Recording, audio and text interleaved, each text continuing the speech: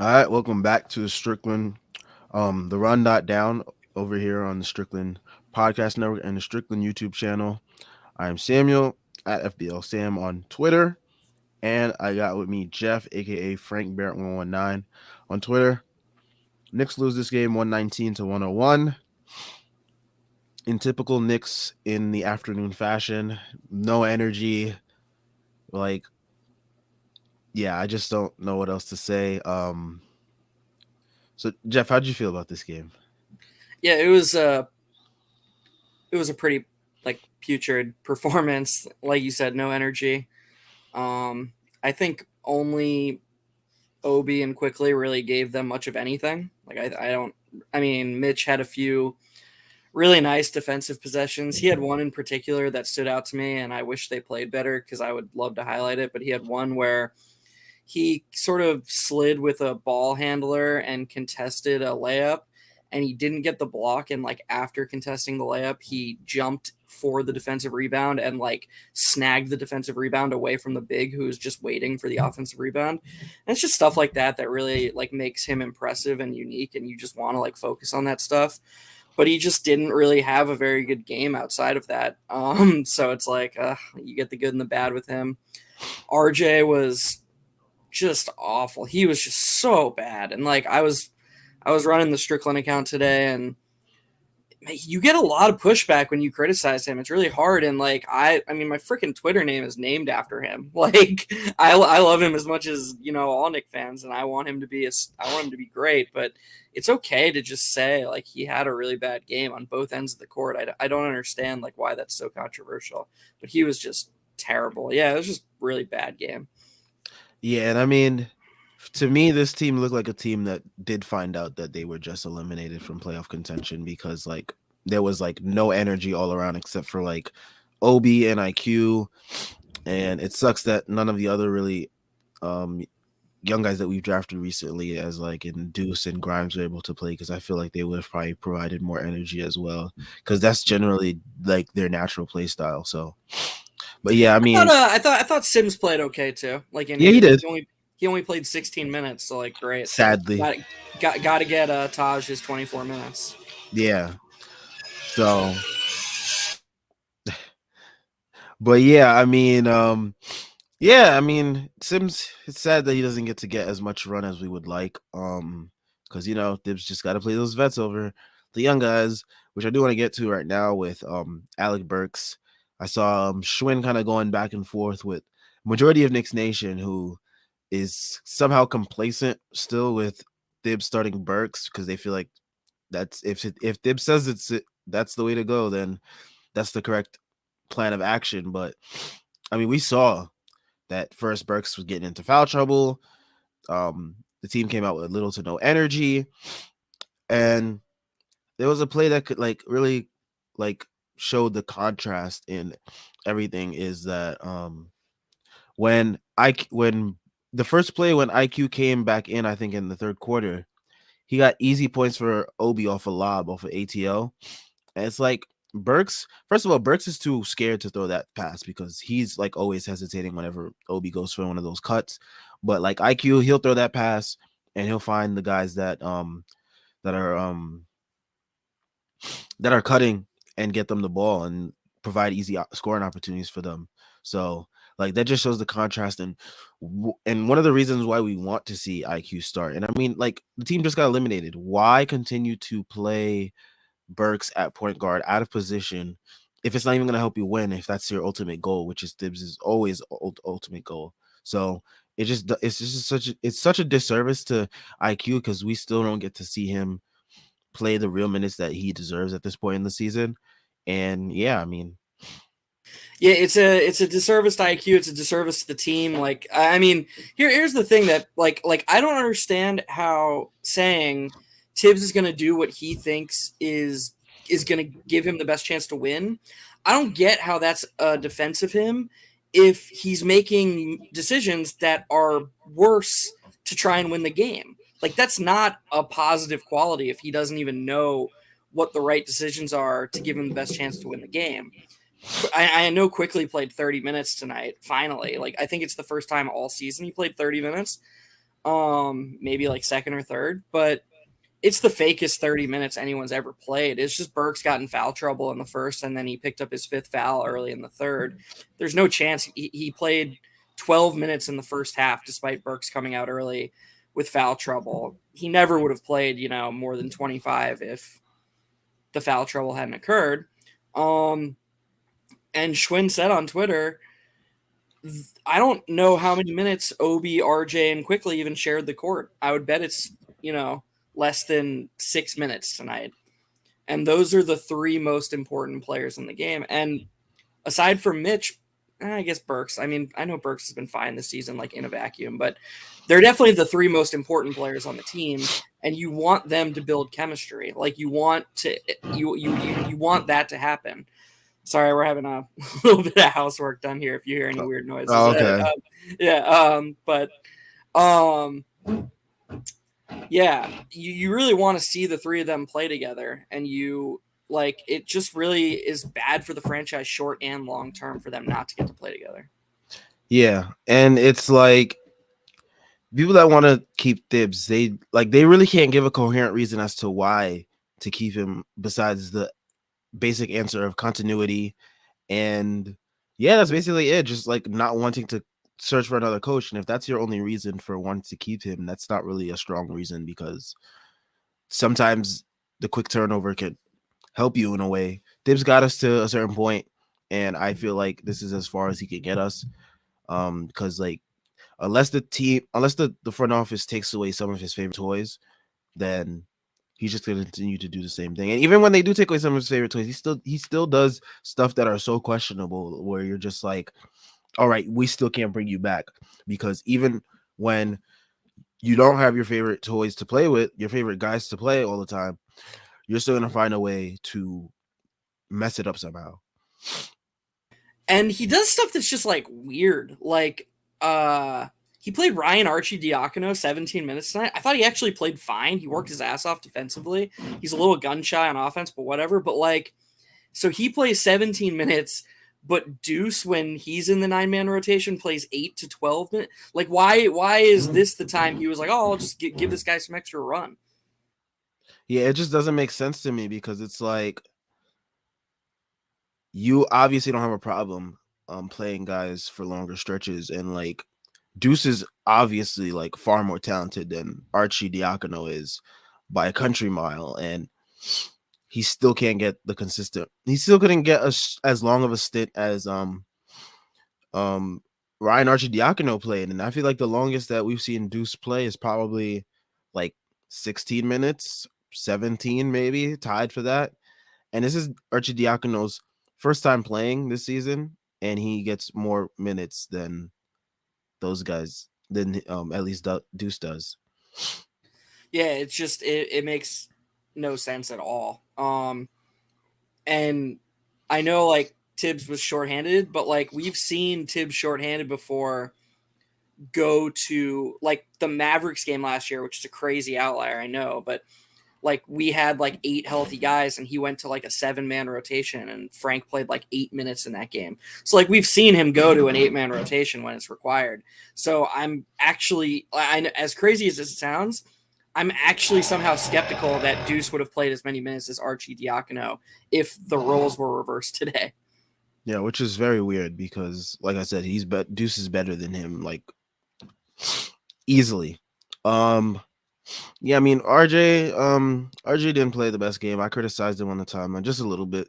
But yeah, I mean we gotta keep consistency as a fan base. Like we have high expectations for RJ, so we expect him to play at a certain level. And tonight not tonight, but this afternoon he just didn't have it.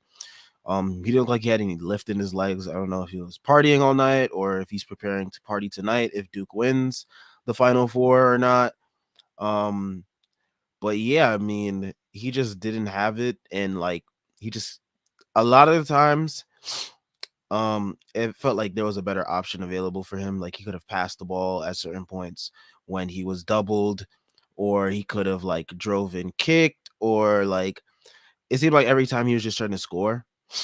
And it's just like you gotta like make yourself less predictable in that certain type of situation, because the team knows that you're going to be the main guy with Randall out. So if you can be some sort of like decoy in a way in certain plays, and maybe that's to Thibs's discredit as well, where he doesn't draw plays where RJ is the decoy and he has RJ doing a lot of the stuff that he usually does when Randall's out there. So I don't know, but yeah, he just didn't have it today, and it was a very ugly game from him. And if he's gonna be the guy, like he just has to be more of a connector. Like in that starting lineup, Obi and IQ had 60% of our assists today for the whole game. That you can't win playing that way.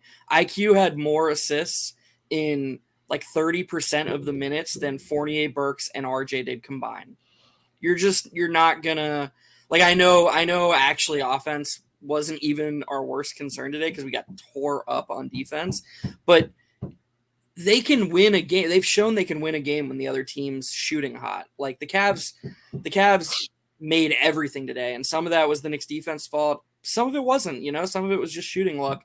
But the Knicks have proven they can win games like that, and they weren't going to win it processing the way they did today. Yeah. It's just I don't know. I don't know how people could still.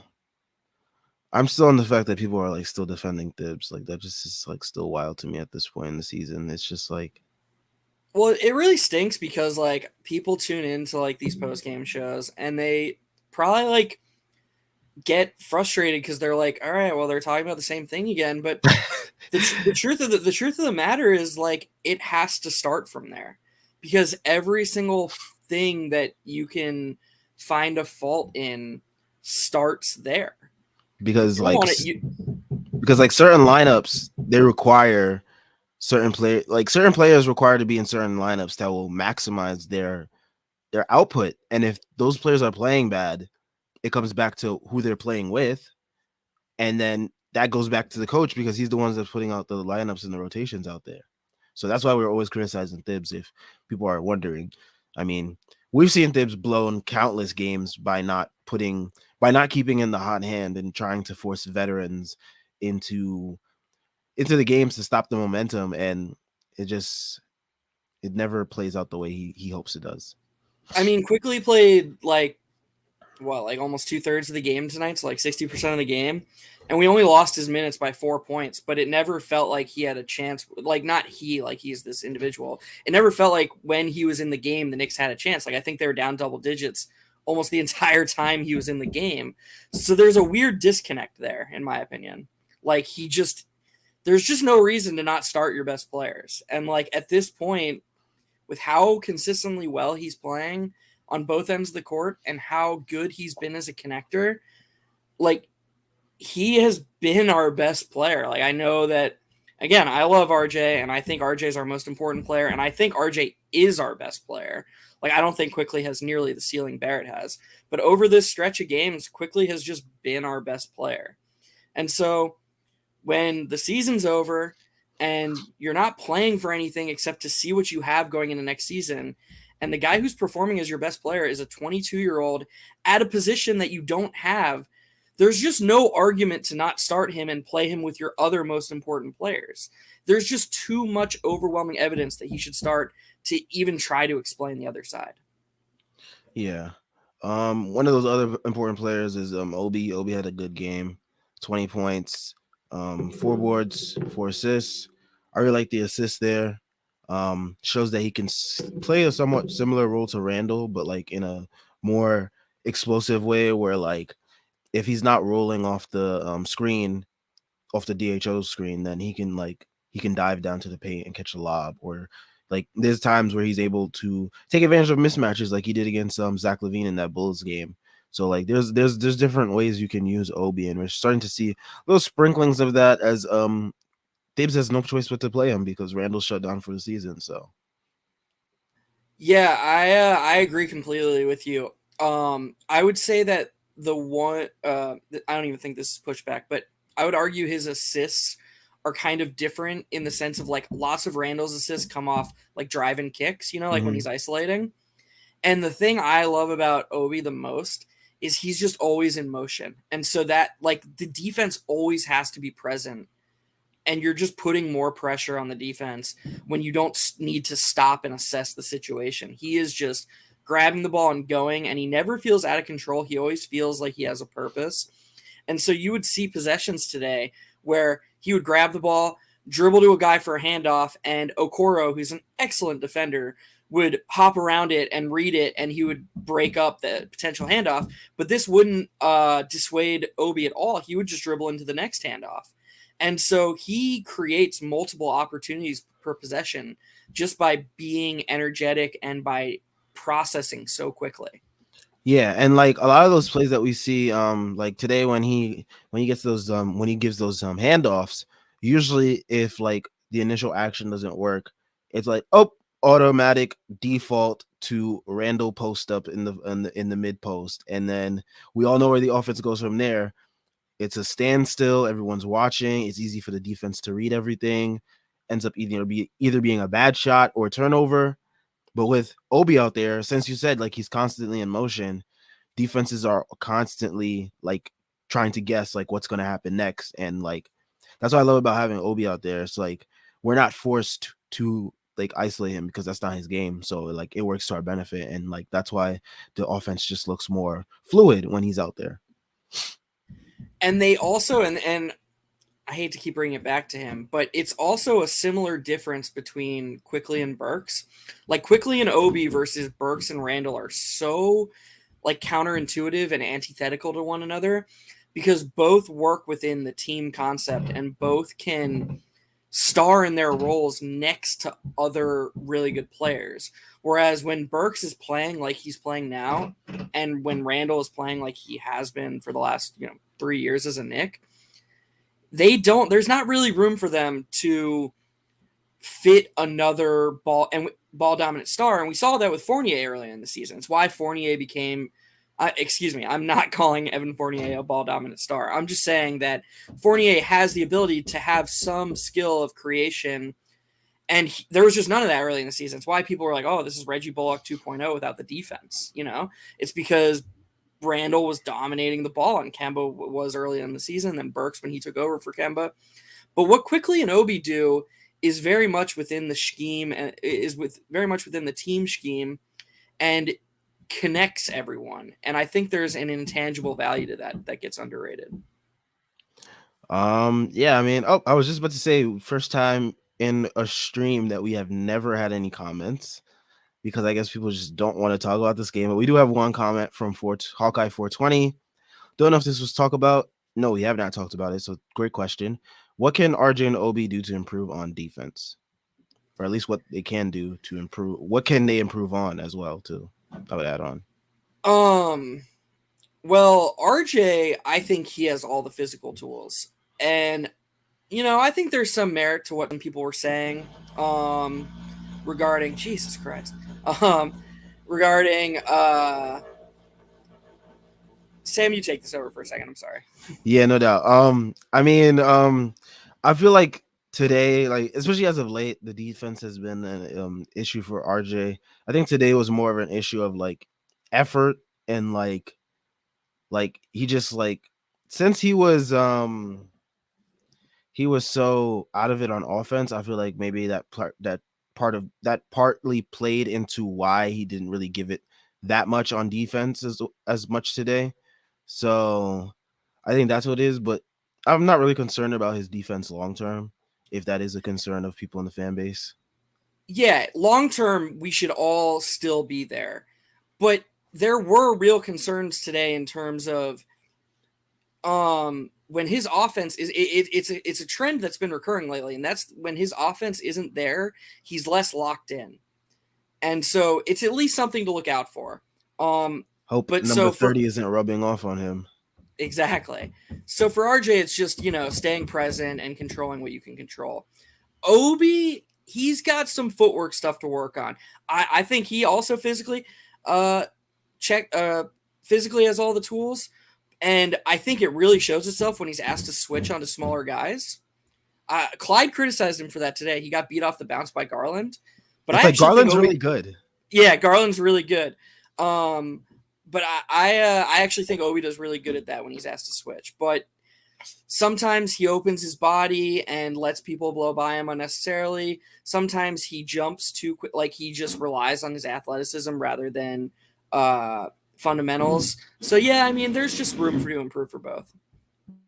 Yeah, I mean, yeah, with Obi, one thing I like about Obi on defense is that he's always active, which helps a lot of things. Like what he can't give you in like physical tools, he'll give you on activity side of things cuz he's always active and that's one of the things I love about him.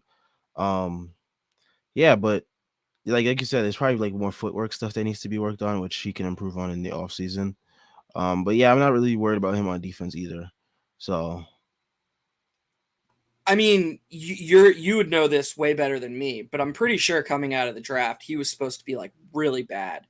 So I think that Knicks fans should be pleasantly surprised with what he's shown on that end. And this isn't to say he's perfect, but I definitely think he's shown way like he was supposed to be like Amare. yeah, defensively, he was not supposed to be like even remotely to what he is right now. Cause like it was bad coming out of the draft. Like so the fact that he's at where he's at now is like a testament to his work ethic and like the team I guess working with him and whoever he's working with in the offseason and continuing to just get better on that side of the ball. So yeah, but he was that's one of the reasons I was so scared of drafting him when I heard all the Obi Toppin to New York rumors was like, oh man, we're gonna have a bad defender right under Randall. And at that time Randall he wasn't the defender he looked like in 2020, 2021. He looked like the Randall that I was basing my presumptions off of was 1920 Randall. And like adding Obi to that as a backup, I was just like, oh boy, like teams are just gonna score like crazy on us. But it ended up like working out in our favor because like he's really solid on that end. He's not like fantastic or like a lockdown or anything, but he's like pretty good. So I also want to add that we're judging him through sort of an unfair paradigm because his biggest skill is his strength and athleticism. And he's actually been really good at defending at the rim. Like he has lower opposing field goal percentage at the rim than at least Noel and maybe Taj too. But he never plays center, which like 27 out of the 30 franchises 30 franchises would have given him serious run at center by now and would have seen what he looks like surrounded by shooters on both ends of the floor, and we have no sample size of that. none whatsoever. And like even a team like the Hawks, they use John Collins at center sometimes when he was healthy, and John Collins is like not even close to a good defender. So We just played a team that's closing center rotation was PJ Washington. Like it's crazy. But you know, Tibbs has all this lineup data to justify his reasons. So um that was such nonsense, that Fred Katz quote before the game when like he was like, "Oh well, the lineup data shows that we're the best with Burt." It's like you just made that up. Like, why did somebody not pull up the actual lineup data and say no? We're not close to the best team when Burks is playing with the starters. What are you talking about? Like, I don't get why he never gets called out for this shit, but whatever.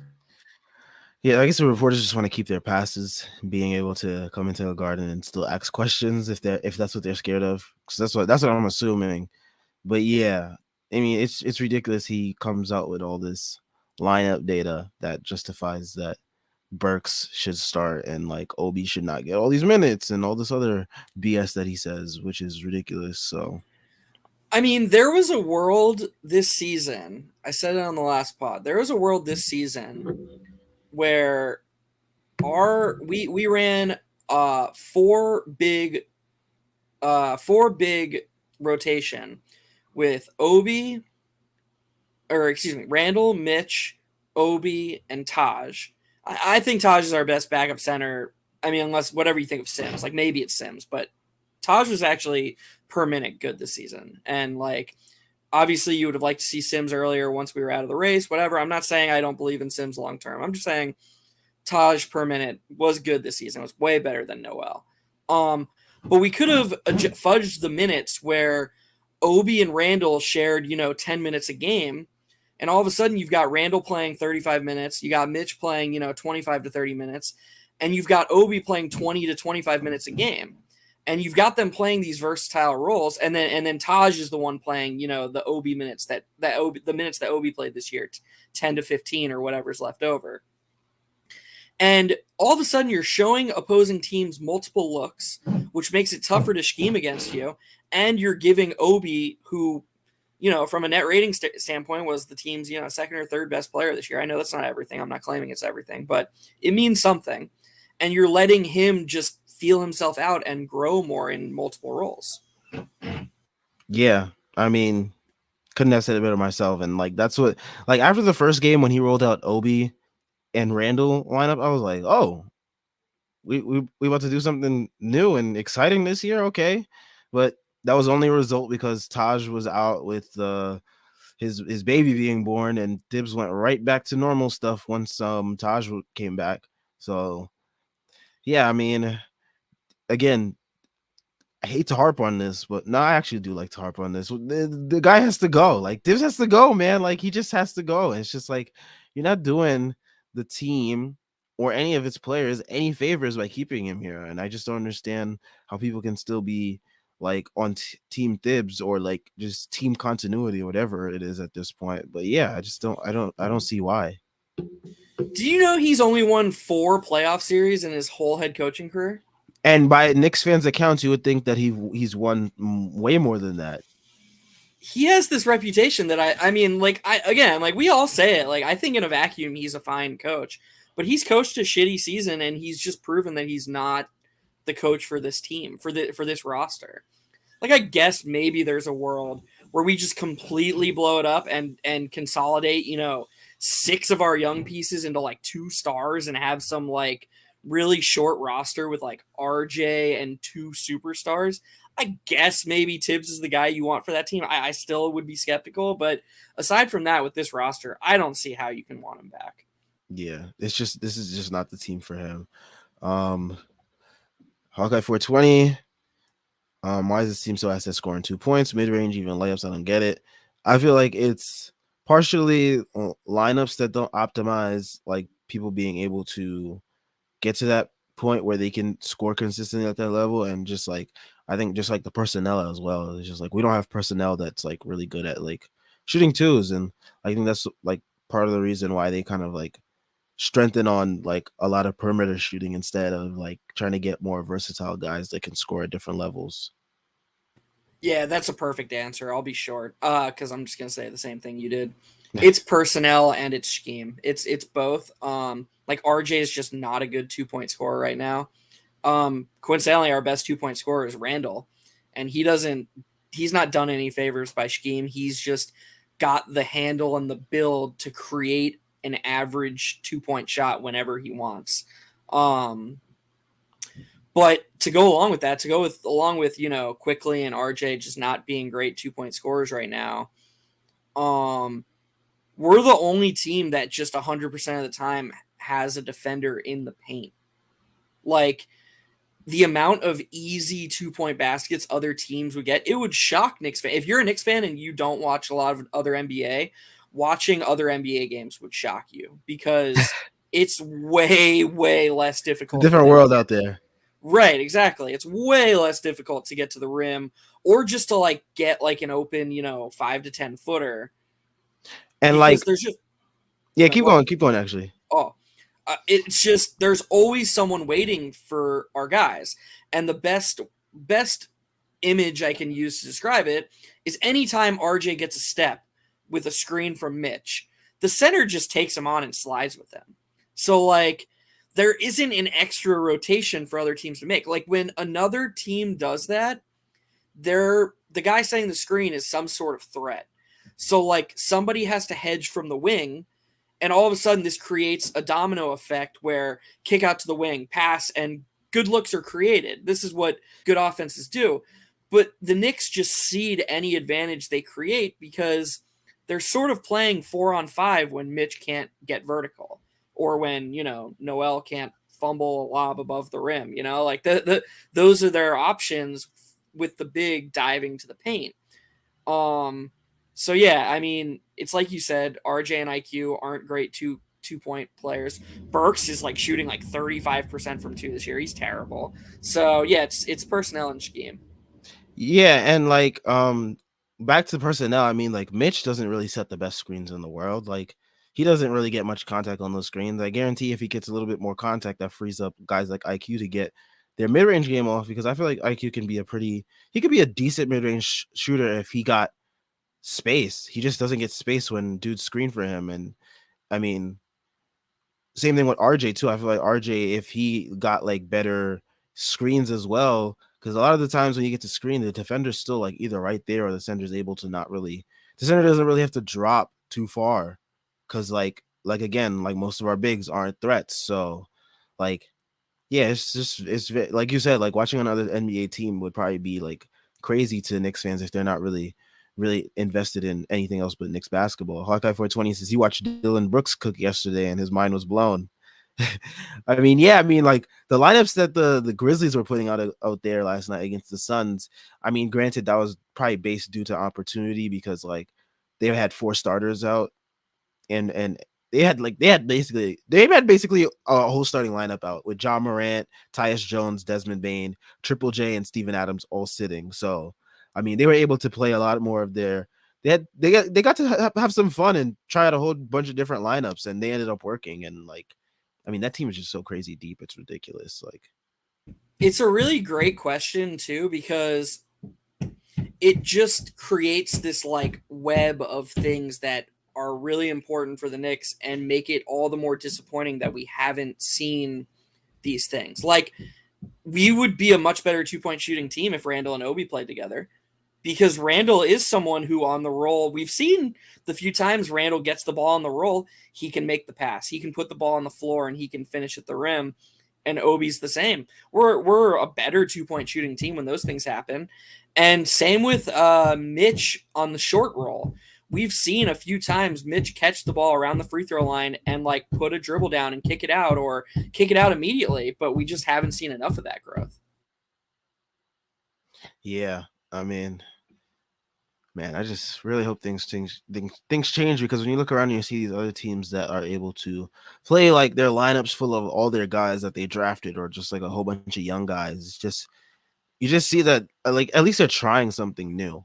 With the Knicks, it's like this guy keeps pressing the same button over and over and over and over and over and over again, and it's like, do you not realize it's not working? Like, I don't get it. And I understand we're like shorthanded today, but like even then, you can still mix and match things to like get different lineups out there still. Like we could have seen a lineup with like RJ, IQ, um, Burks and Fournier and Obi at the five. Like we didn't see that tonight. Like that could have been something he tried tonight as well. Like, and like just space the floor out where everything is just so wide open, and then you just do a four out and like have Obi like roll into the rim by himself with no impediments, and like that would have been fun to see for like maybe like 2 minutes or so.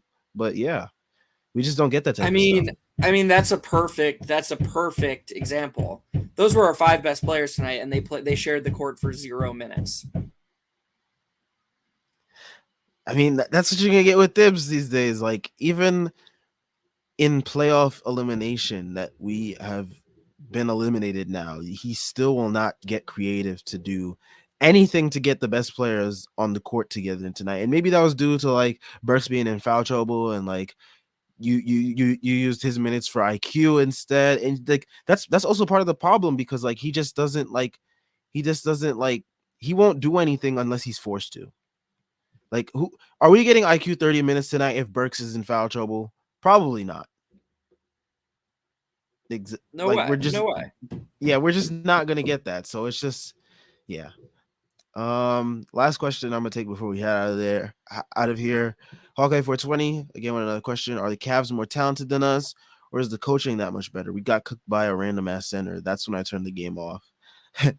I mean, I think with Moses Brown, it was just Mitch just having a really bad game, and like Moses Brown just being able to do whatever he wanted to. And Moses Brown just wanted it more tonight. Like he just wanted it more than Mitch, and sometimes that happens, and you just gotta. That's what it is. But I do think they are more talented than us. They do have way better primary initiator in Garland than we have with Alec Burks, who was our main primary initiator for the night. Um, and yeah, granted they're down a whole bunch of guys as well with Mobley, Allen, and I forget who else. I think they're missing some other people, but yeah, I mean, even though they're No, still, I think Mobley and Allen is. I mean, they're missing Sexton, but oh yeah, yeah. but I think that's about it. There was another. It was a Kevin Love lookalike. I Oh, think his name Dean Dean Wade. Wade. Dean Wade. There you go. Yeah, he's out for the season. Yeah, he was pretty good for them too. And it's just like, yeah, Yeah. they're a lot more. They're not that much more talented than us, but like when you like I think our talent is pretty comparable to theirs, and we could have probably passed them in the standings if we played the way we played like the last like 7 or 8, 9 games when like Thibs like let the youth get control for good portions of it. But I think I think their coaching is a little bit better because like their coach will put the better lineups out there. Like their coach is not afraid to mix things up. Like we saw them try marketing Allen and Mobley together, and it worked for a good part of the season until like dude started getting hurt and they had to switch things up. But like dude, Bickerstaff is not afraid to like try new things, and like Thibs, he would never do anything like that. I mean, like that's just like, or he would do that, but he would do that with like Mitch, Noel, and like Taj, and like it would be like the worst amalgamation of like talents at center that we have on the court together. Yeah, And we earlier this season when he was forced to it, he played Noel, Taj, and Randall together at the same time. He had Randall at the 3 and Taj at the I 4. Now, remember that. I remember that. but any coach who's willing to go Markkanen, Mobley, Allen, and then also have Kevin Love at the center, like in the same season, is 1,000 times more creative than what Tibbs has shown he is in New York. So that's not even close. And yeah, I think sometimes people overrate like depth of talent versus top tier talent. Like the Knicks, maybe 2 through 7 is better than the Cavs 2 through 7, at least this afternoon. But like Garland is so much like right now, Garland is just so much better than any Knick, especially when RJ's playing like he did this afternoon.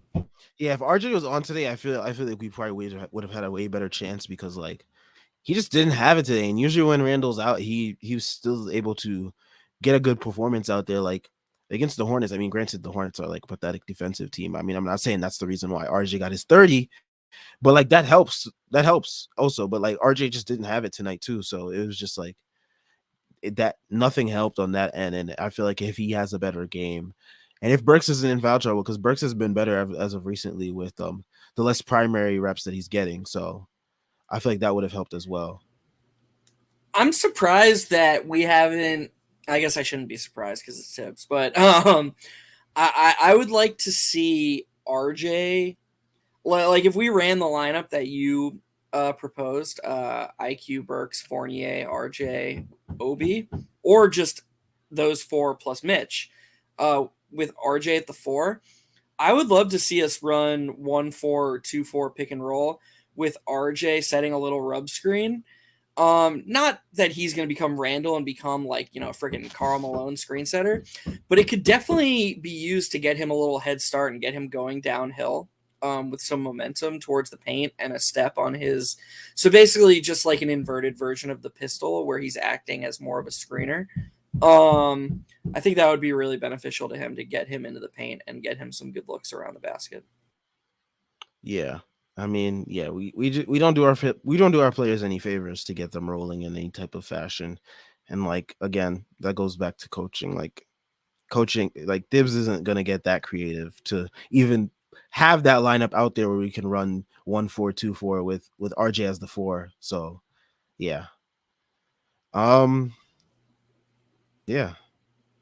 Yeah, I mean, it just stinks. Like there's like we got killed, and nobody really played well except for Quickly and Obi, and the game was sort of meaningless from the start because Tibbs started Alec Burks instead of Quickly.